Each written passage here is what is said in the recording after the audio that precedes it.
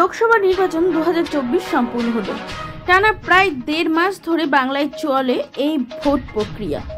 মোট 7টি দফায় ভোট গ্রহণ হয়। ভোট গ্রহণের মাঝেই নানা রাজনৈতিক উত্থান পতনের ঘটনা ঘটে বাংলায়, যা বাংলার ভোটকে যথেষ্ট প্রভাবিত করবে বলে মনে করা হচ্ছে।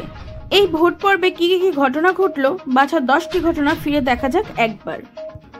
অবশেষে সমাপ্ত লোকসভা নির্বাচন। 19 এপ্রিল থেকে টানা প্রায় 1.5 মাস ব্যাপী অনুষ্ঠিত হলো গণতন্ত্রের সবথেকে বড় উৎসব। শেষ 2 মাসে ভোট চলাকালীন বাংলার মানুষ প্রত্যক্ষ করছেন নানা ঘটনা, যেগুলি ভোটের মুখেই বঙ্গবাসীকে যথেষ্ট প্রভাবিত করেছে বলেই ধারণা রাজনৈতিক মহলে। আসুন দেখে নেওয়া যাক ভোট পর্বের মাঝে রাজ্যের রাজনীতিতে চর্চায় উঠে আসে সেরা 10টি ঘটনা। সন্দেশখালীতে নামলো এনএসজি এর রোবট। দ্বিতীয় দফা ভোটের দিন সন্দেশখালীর সরবেরিয়া মল্লিকপুরের শাহজাহান ঘনিষ্ঠ হাফিজুল খায়েরের আত্মীয়ের বাড়িতে প্রচুর আগ্নেয়াস্ত্র উদ্ধার হয়।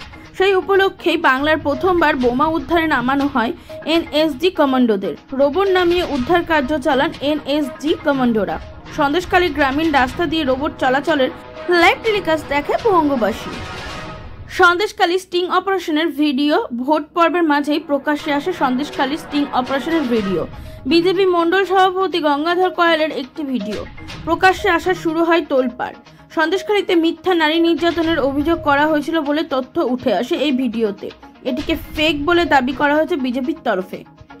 ভোটের মুখে কিছুটা শান্তি ফিরলেও স্টিং অপারেশনের ভিডিও প্রকাশ্যে আসার পর ফের বিশৃঙ্খলা তৈরি হয় সন্দেশখালীতে। মিথ্যা অভিযোগ করিয়ে নেওয়া হয়েছে এই অভিযোগ তুলে। সন্দেশখালীতে মুখ খুলতে শুরু করেন একের পর এক মহিলা। এরপর বিজেপি নেত্রী মাম্পি দাসকে গ্রেপ্তার করা হলেও পরে তিনি জামিন পান।